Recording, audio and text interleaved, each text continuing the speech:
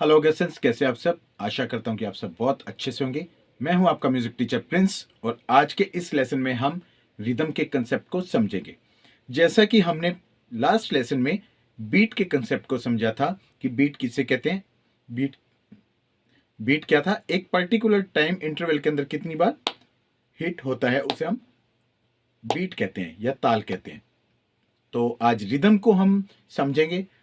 Rhythm का मतलब होता है कि जो एक पर्टिकुलर टाइम इंटरवल है वो एक साइकिल में बनकर फिर वो रिपीट होता है, तो उसे हम रिदम कहते हैं, उसे हम लय कहते हैं। जैसे आप घड़ी की सुई को देखते हैं, घड़ी की सुई 1 मिनट में 60 सेकेंड्स तक बीट करती है, राइट। उसके बाद वो दोबारा 1 से शुरू होकर फिर 60 तक जाती है, फिर वो 1 से शुरू होकर 60 तक जाती है। तो वो एक अपने पैटर्न बना लेती है। तो पहले तो वो बीट कर रही थी, बीट कितनी बार कर रही थी, एक पर्टिकुलर टाइम इंटरवल के अंदर। लेकिन जब वो टाइम इंटरवल रिपीट होने लग जाता है तो उसे हम कहते हैं रिदम। तो अब हम म्यूजिक में इसे समझेंगे। म्यूजिक में जैसे हमने 1 2 3 4, हमने जैसे 6 तक जो हमने बीट प्ले करी थी या 8 तक हमने बीट प्ले करी थी।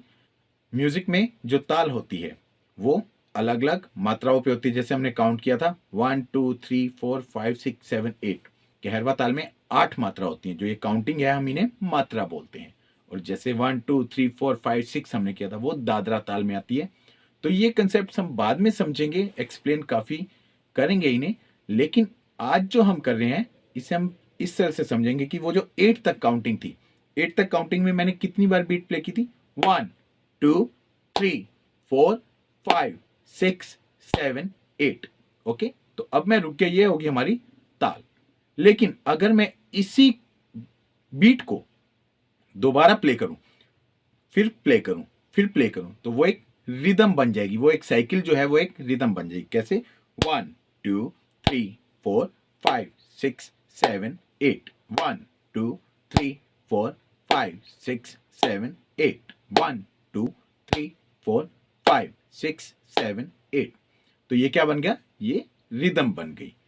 जब ताल एक पर्टिकुलर टाइम इंटरवल के बाद दोबारा रिपीट होती है उसे क्या बोला जाता है, लय या रिदम।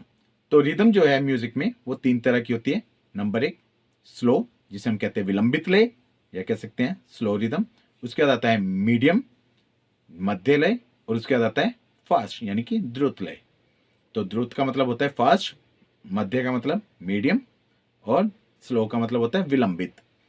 तो अब हम देखते हैं तीनों एग्जांपल। अभी जो हमने किया 1 2 3 4 5 6 7 8, 1 2 3 4 5 6 7 8, ये हमारी मीडियम लय है। अब मैं इसे स्लो में प्ले करूंगा।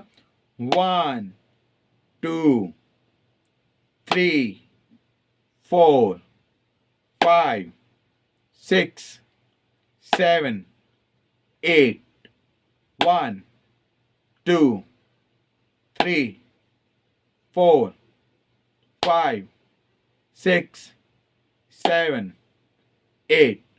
तो आपने देखा ये होगी हमारी स्लो।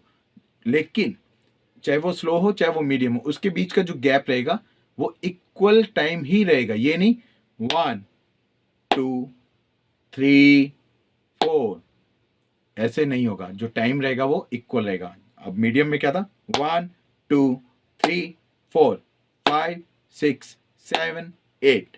अब हम फास्ट को देखेंगे। 1 2 3 4 5 6 7 8, 1 2 3 4 5 6 7 8, 1 2 3 4 5 6 7 8।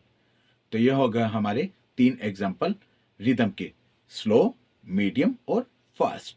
तो आने वाले टाइम में हम बीट और रिदम दोनों का यूज करके म्यूजिक भी प्ले करेंगे। तो फिर हम मिलेंगे किसी और वीडियो के साथ, तब तक के लिए आप अपना ध्यान रखें।